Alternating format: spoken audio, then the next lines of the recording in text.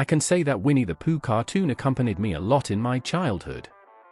Sometimes I would come across it on TV and watch, and sometimes I would watch the CDs I bought myself. Winnie the Pooh cartoon was significant for me in my childhood. Of course, back then, I didn't even know the name of this series was Winnie the Pooh. As far as I remember, it was originally Disney-owned, but later, as years passed, the copyright expired. Due to such things happening and the copyright being lifted, suddenly a bunch of Winnie the Pooh projects started emerging because the brand was somewhat popular, and as I mentioned, there was no longer any copyright involved. Everyone could use it as they wished, but there was only one condition: not to use anything added by Disney to the brand. People could do whatever they wanted with it. Then, an idea emerged in someone's mind to make a horror film based on the Winnie the Pooh brand. When I heard about this, I mentioned it in my videos and expressed my wish for such a thing not to be done, but it was made anyway. And then it received very low ratings. Everyone said it was like a fan-made production, an extremely bad film, some even said it was a betrayal to the brand, etc. I wanted to give it a chance, to be honest. If the film had been good, I would have watched it, but when I saw that the film wasn't good, I said it's not worth betraying my childhood for it. So, I passed on watching it. Then, the sequel to this film was announced. Winnie the Pooh, Blood and Honey 2, was coming. Of course, I wasn't planning to watch it again. My main plan was not to watch it, but very close to the release of the film, of course, the ratings were announced, and the ratings were truly surprising. It opened with 100 points on Rotten Tomatoes with 6 reviews, and the audience score was also clear. It was around 90. When I saw this, I thought, should I watch this film?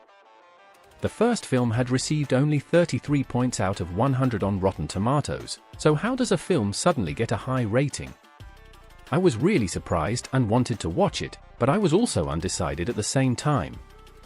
However, later, when I received a preview invitation, I said, okay, let's watch it. Perhaps it would destroy the beautiful memories of my childhood, but the film had a good rating. Maybe it was worth it.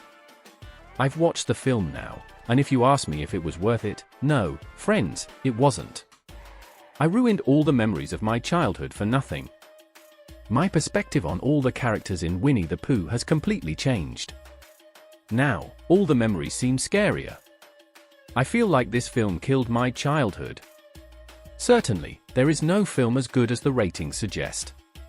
If you look now, you can see that the ratings on Rotten Tomatoes have dropped from 100 to around 60. If it was going to drop to the 60s, they should have given those scores from the beginning. I felt deceived. By the way, I went to see this film without watching the first one, and I don't think it's necessary to watch the first one, friends, because there was nothing I didn't understand. Unfortunately, there was no work as good as the ratings. But there was no such terrible work either. If it had been like that, I could have gotten bored and left. But I didn't get bored. The film lasts for 1.5 hours, and it managed to keep me engaged until the end. The reasons for this were some interesting things. I wondered what the story was here. How did Winnie and his friends become so scary and terrifying? What's happening to Christopher Robin? And so on. I watched until the end of the film. I can say that it was interesting. But it's not a good film. Look, friends, I wouldn't have gone to the cinema for this film myself. I went because it was a preview, and I took a friend who I could have a lot of fun with. I'm glad I took that friend because we had a lot of fun while watching it. We laughed at some parts, got scared together at some places. If I didn't have that friend, could I have enjoyed this film? I don't know, I'm questioning it. That's why I can't tell you to go to the cinema. If you have a good group of friends and want to have fun and maybe experience some fear, violence, you can go. Yes. But if you want to watch a good film, I think you should stay away. By the way, there is extreme violence in the film. I try not to use footage from this film in this video.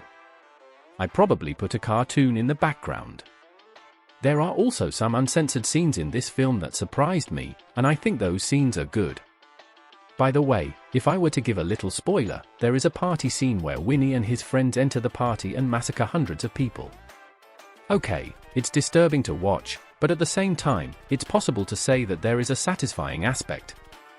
I enjoyed some scenes, got bored in some scenes, got scared in some scenes, laughed while wanting to be serious in some scenes. It was a strange experience for me. Before shooting this video, I saw that 3 films were announced. By the way, it was good.